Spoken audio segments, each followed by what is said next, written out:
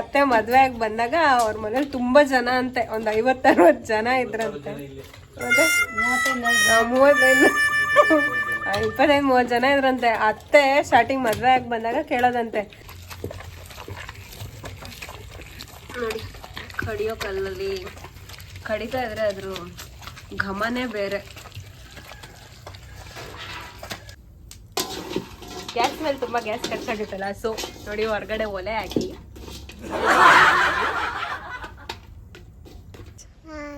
ಎಲ್ಲರೂ ಊಟ ಮಾಡಿದ್ರಾ? ನಾನು ಊಟ ಮಾಡಿಲ್ಲ, ಚೆಲ್ಕೊಂಡಿದ್ದೀನಿ ಶರ್ಟ್ ಮೇಲೆ. ಹಾಯ್, ಎಲ್ಲರಿಗೂ ನಮಸ್ಕಾರ. ತಿರ್ಗಾ ನನ್ನ ಚಾನಲ್ಗೆ ಸ್ವಾಗತ. ಇದು ಲಿಕು ಲೈಫ್ ಸ್ಟೈಲ್ ಕನ್ನಡ ವ್ಲಾಗ್ಸ್. ಇವತ್ತಿನ ಸ್ಪೆಷಲು ಏನು ಅಂದರೆ, ಇವತ್ತು ಬೆಳಗ್ಗೆ ಫುಲ್ಲು ಮಳೆ ಬಂದ್ಬಿಟ್ಟಿದೆ, ಫುಲ್ಲು ಗಾಳಿ, ಕರೆಂಟ್ ಹೊಟ್ಟೋಗಿದೆ. ಸಾರು ಪ್ರಿಪೇರ್ ಮಾಡ್ತಿದ್ದೀವಿ. ಆ್ಯಕ್ಚುಲಿ ಕರೆಂಟ್ ಇಲ್ಲ ಕಡಿಯೋಕ್ಕೆ. ಸೊ ಅತ್ತೆ ಇವತ್ತು ಕಡಿಯೋ ಕಲ್ಲಲ್ಲಿ ಕಡಿತೀನಿ ಮಸಾಲೆನ ಅಂತ ಅಂದರು. ಕಡಿಯೋ ಕಲ್ಲಲ್ಲಿ ಕಡಿದ್ರೆ ಅದೇನು ಎಕ್ಸ್ಟ್ರಾ ಟೇಸ್ಟು, ಎಕ್ಸ್ಟ್ರಾ ಫ್ಲೇವರು ಏನೋ ಎಲ್ಲ ಮಿಕ್ಸಾಗಿ ಸಖತ್ತಾಗುತ್ತೆ ಸಾರು. ಸೊ ಮೂಲಂಗಿ ಸಾರು, ತೊಂಡೆಕಾಯಿ ಪಲ್ಯಗೆ ರೆಡಿ ಮಾಡ್ತಿದ್ವಿ. ಇನ್ನೊಂದು ಕಡೆ ಮಾವ ಏನು ಮಾಡ್ತಿದ್ದಾರೆ ಗೊತ್ತಾ, ಆ್ಯಕ್ಚುಲಿ ಕೊಬ್ಬರಿ ಎಣ್ಣೆ ಮಾಡಬೇಕು ಅಂತ ಕೊಬ್ಬರಿ ಎಲ್ಲ ಒಣಗಿಸಿದ್ವಿ. ಮಳೆ ಇರೋ ಕಾರಣದಿಂದ ಕೊಬ್ಬರಿ ಒಣಗಿಲ್ಲ, ಎಣ್ಣೆ ಮಾಡೋಕ್ಕಾಗಿಲ್ಲ. ಸೊ ನಮ್ಮ ಮಾವ ಹೊಸ ಮೆಥಡ್ ಹಂಗೆ ಮಾಡ್ತಾರ. ಸೊ ಹೊಸ ಮೆಥಡು ಮಾಡ್ತಿದ್ದಾರೆ ಮಾವ, ಕೊಬ್ಬರಿ ಒಣಗಿಸೋಕ್ಕೆ ಅಂದ್ಬಿಟ್ಟು. ಇದು ಹಳೆ ಕಾಲದಲ್ಲಿ ಮಾಡ್ತಿದ್ರಂತೆ, ನಂಗೆ ಗೊತ್ತಿಲ್ಲ. ಒಲೆ ಮೇಲೆ ಬಾಣಲೆ ಇಟ್ಟು ಕೊಬ್ಬರಿನ ಅದ್ರಲ್ಲಿ ಒಂಚೂರು ಡ್ರೈ ಮಾಡಿ ಹಾಕ್ತಾ ಇದ್ದಾರೆ. ಸೊ ಈ ಥರ ಡ್ರೈ ಆದರೆ ಸಾಕಂತೆ ಕೊಬ್ಬರಿ ಎಣ್ಣೆ ಮಾಡ್ಸೋಕ್ಕೆ. ಸೊ ಅದನ್ನು ಮಾಡ್ತಿದ್ದಾರೆ. ಇವಾಗ ಸದ್ಯ ಮಳೆ ಇರೋ ಕಾರಣದಿಂದ ಕೊಬ್ಬರಿ ಅಂತೂ ಡ್ರೈ ಆಗಲ್ಲ, ಹಾಗೆ ಇಟ್ಟರೆ ಬೂಸ್ಟ್ ಬಂದ್ಬಿಡುತ್ತೆ. ಸೊ ಇದೊಂದು ಟೆಕ್ನಿಕ್ ಮಾಡಿ ಕೊಬ್ಬರಿ ಎಣ್ಣೆ ಮಾಡ್ಸೋಣ ಅಂತ ಇದ್ದೀವಿ. ಗ್ಯಾಸ್ ಮೇಲೆ ತುಂಬ ಗ್ಯಾಸ್ ಖರ್ಚಾಗುತ್ತಲ್ಲ, ಸೊ ನೋಡಿ ಹೊರಗಡೆ ಒಲೆ ಹಾಕಿ ಮಾಡ್ತಾ ಇದ್ದೀವಿ.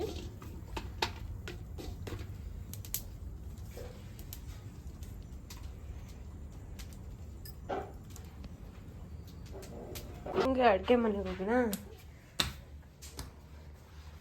ಮೂಲಂಗಿ ಸಾರಿಗೆ ರೆಡಿ ಆಗ್ತದೆ. ನನ್ನ ಮಗಳು ಇವತ್ತು ತೊಂಡೆಕಾಯಿ ಪಲ್ಯ ಕೇಳಿದಾಳೆ. ಸೊ ತೊಂಡೆಕಾಯಿ ಪಲ್ಯಕ್ಕೂ ರೆಡಿ ಮಾಡ್ತಾ ಇದ್ದೀವಿ.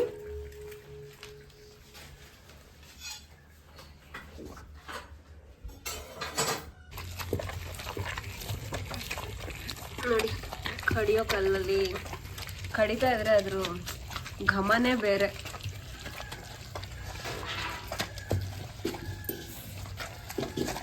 ನಂಗೆ ದೇವ್ರಣ್ಣ ಇಷ್ಟು ಫಾಸ್ಟಾಗೆಲ್ಲ ಆಡ್ಸೋಕ್ಕೆ ಬರಲ್ಲ. ಕಡಿತೀನಿ ಒಂದು ರೇಂಜಿಗೆ, ಬಟ್ ತುಂಬ ಸ್ಲೋ ಆಗುತ್ತೆ, ಸುಮಾರು ಹೊತ್ತಾಗತ್ತೆ.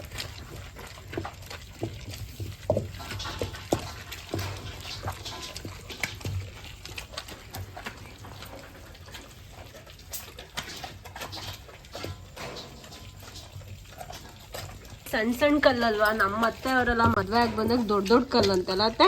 ಹೌದು, ನಮ್ದು ದೊಡ್ಡ ಕಲ್ಲು, ತುಂಬ ಜನ. ನಮ್ದು ಮನೆ ತುಂಬ ಜನ, ಹರೇಗೌಡ ಹೊಳ್ರ ಮನೆ ಅಂದರೆ ದೊಡ್ಡ ಫ್ಯಾಮಿಲಿ. ಅದು 35 ಜನ 40 ಜನ ಇರ್ತಿದ್ ಮನೆ ಅದು. ಅಷ್ಟು ದೊಡ್ಡ ಮನೆ. ಅದು ಒಬ್ಬರೇ ಕಡಿಯಕ್ಕೆ ಆಗ್ತಿರ್ಲಿಲ್ಲ. ನಾವು ಕಲ್ಲು ಸಿಕ್ಕಾಪಟ್ಟೆ ದೊಡ್ಡದು. ನನ್ನ ಭಾವನ ಮಗಳು ನಾನು ಇಬ್ರು ಕೂತ್ಕೊಂಡು ಕಡಿಯೋದು. ಅವಳು ಆ ಕಡೆ ಕೂತ್ಕೊಳ್ಳೋದು, ನಾನು ಈ ಕಡೆ ಕೂತ್ಕೊಳ್ಳೋದು. ಎಷ್ಟು ಸರಿ ಕಡ್ದು ನುಣ್ಣಗಾದರೂ ನಮ್ಮ ಮನೇಲಿ ಅಡುಗೆ ಮಾಡೋಕ್ಕೆ ಸಪ್ರೇಟ್ ಜನ.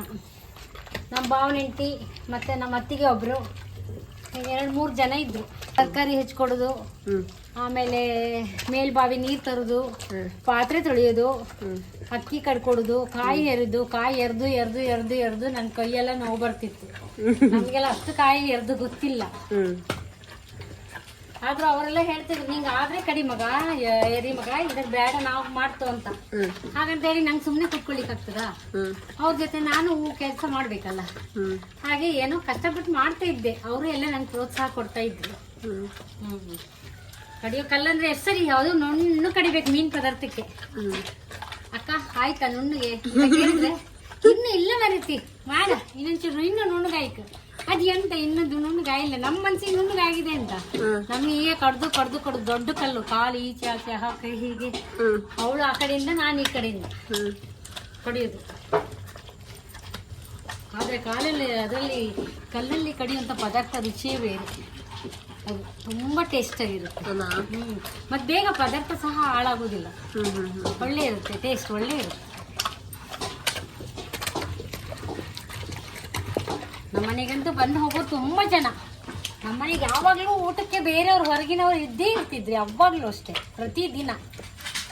ಅಷ್ಟು ದೊಡ್ಡ ಕುಟುಂಬ, ಸಂಸಾರ ಮಾಡಲಿಕ್ಕೆಲ್ಲ ಅನುಕೂಲ ಆಗುತ್ತೆ. ಏನು ಕೆಲಸ ಹೋದ್ರೂ ನಾವು ಎದುರ್ಕೊಳ್ಳೋದಿಲ್ಲ. ಈಗ ನಾವು ಏನು ಕೆಲಸ ಬೇಕೋ ಮಾಡ್ತೀವಿ, ಹಳ್ಳಿ ಬದಿ ಕೆಲಸ.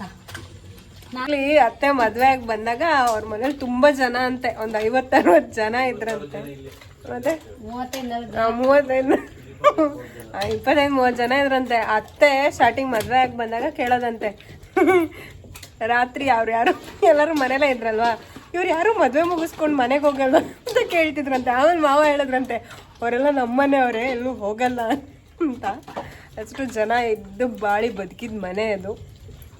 ಇವಾಗ ಡೆಮಾಲಿಷ್ ಮಾಡಿದ್ದಾರೆ. ನಾನು ಹೋಗಿದ್ದೀನಿ ಅಲ್ಲಿ ಒಂದೆರಡು ದಿವಸ ಉಳಿದಿದ್ದೀನಿ. ಒಂಥರ ದೊಡ್ಡ ಮನೆ, ತುಂಬ ಚೆನ್ನಾಗಿತ್ತು ಅದು.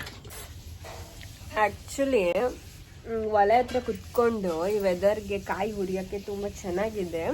ಹುರಿತಾ ಕಾಯಿ ಸ್ವಲ್ಪ ಜಾಸ್ತಿನೇ ತಿಂತಿದ್ದೀನಿ. ವೆದರ್ ಡಿಮ್ಯಾಂಡ್ಸ್ ಕಾಯಿ ಕೊಬ್ಬರಿ ತಿನ್ಬೇಕನ್ನಿಸ್ತಿದೆ. ರುಚಿಯಾಗಿದೆ ವೆದರ್ಗೆ. ಬಿಸಿ ಬಿಸಿ ಚಳಿ. ಇಲ್ಲಿ ಮೀನ್ ಕಟ್ ಮಾಡ್ತಿಲ್ಲ, ಕೊಬ್ಬರಿ ಉರಿತಾ ಇರೋದು. ನಿನ್ಗೇನ್ ಕೆಲಸ ಇಲ್ಲಿ? What man? ಈ ವೆದರ್ಗೆ ಈ ಒಲೆ ಮುಂದೆ ಕುತ್ಕೊಳಕ್ ಇನ್ನೂ ಸಕ್ಕದಾಗಿದೆ. ಈ ಕಡೆಯಿಂದ ಚಳಿ, ಈ ಕಡೆಯಿಂದ ಬಿಸಿ, ಸೂಪರ್ ಆಗಿದೆ.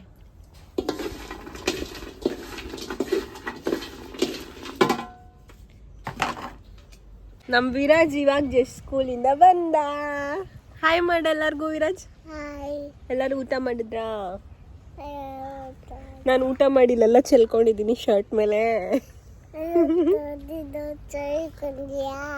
ಚೆಲ್ಕೊಂಡಿದ್ಯಲ್ಲ ಇಲ್ಲಿ ಶರ್ಟ್ ಮೇಲೆಲ್ಲ. ಇವತ್ತು ನನಗೆ ಯೋಗ ಡೇ ಇತ್ತು, ಅದಕ್ಕೆ ವೈಟ್ ಶರ್ಟು ಬ್ಲ್ಯಾಕ್ ಪ್ಯಾಂಟ್ ಹಾಕೊಂಡೋಗಿದ್ದೀನಿ. ನಾನು ಮಗನೆ ಸ್ಕೂಲಲ್ಲಿ ಯೋಗ ಮಾಡಿಸಿದ್ರ ನಿಂಗೆ? ಏನೇನು ಮಾಡಿಸಿದ್ರು?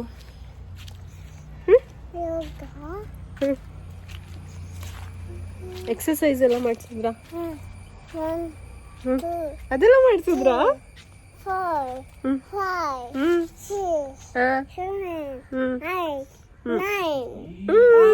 ಗುಡ್.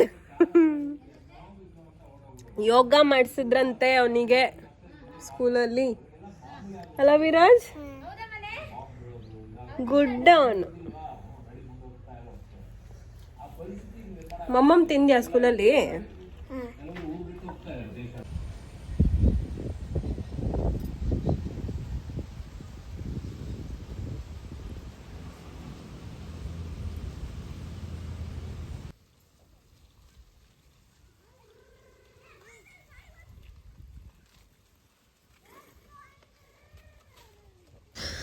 ಸಂಜೆ ಆಗ್ತಾ ಬಂತು. ಮಕ್ಕಳೆಲ್ಲ ಒಂದು ರೌಂಡ್ ಆಟಾಡಕ್ಕೆ ಹೋಗ್ತಾರೆ. ಸ್ಕೂಲಿಂದ ಬಂದ ತಕ್ಷಣ ಏನಾದ್ರು ಸ್ವಲ್ಪ ಲೈಟಾಗಿ ಸ್ನ್ಯಾಕ್ಸ್ ಎಲ್ಲ ತಿನ್ಬಿಟ್ಟು ಆಟಾಡಕ್ಕೆ ಹೋಗ್ತಾರೆ.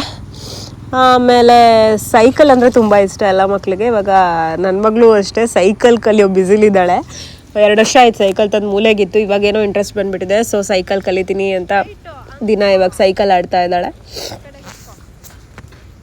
ವಿರಾಜು ಈ ಮಕ್ಕಳನ್ನ ನೋಡ್ಕೊಂಡು ನಾನು ಸೈಕಲ್ ಆಡ್ತೀನಿ ಅಂತ ಒಂದು ರೌಂಡ್ ಹೋಗಿ ಬರ್ತಾನೆ. ಅವನು ತುಳಿಯೋಕ್ಕಾಗಲ್ಲ, ನಾವೇ ಯಾರು ತುಳಿಸ್ಬೇಕು.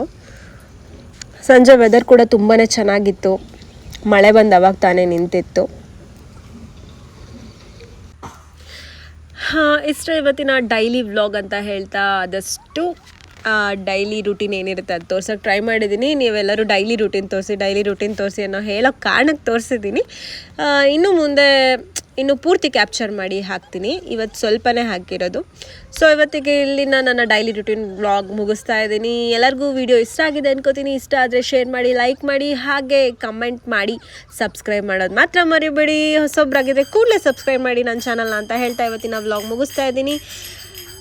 ಮುಂದಿನ ವ್ಲಾಗಲ್ಲಿ ಇನ್ನಷ್ಟು ವಿಶೇಷತೆನ ಹೊತ್ಕೊಬರ್ತೀನಿ ಅಂತ ಹೇಳ್ತಾ, ನಿಮ್ಮಲ್ಲಿಕ್ಕೂ ಮಿಸ್ ಮಾಡ್ತಾ ಇರಿ, ಬ್ಲೆಸ್ ಮಾಡ್ತಾನೆ ಇರಿ ಅಂತ ಹೇಳ್ತಾ, love you, take care, bye bye.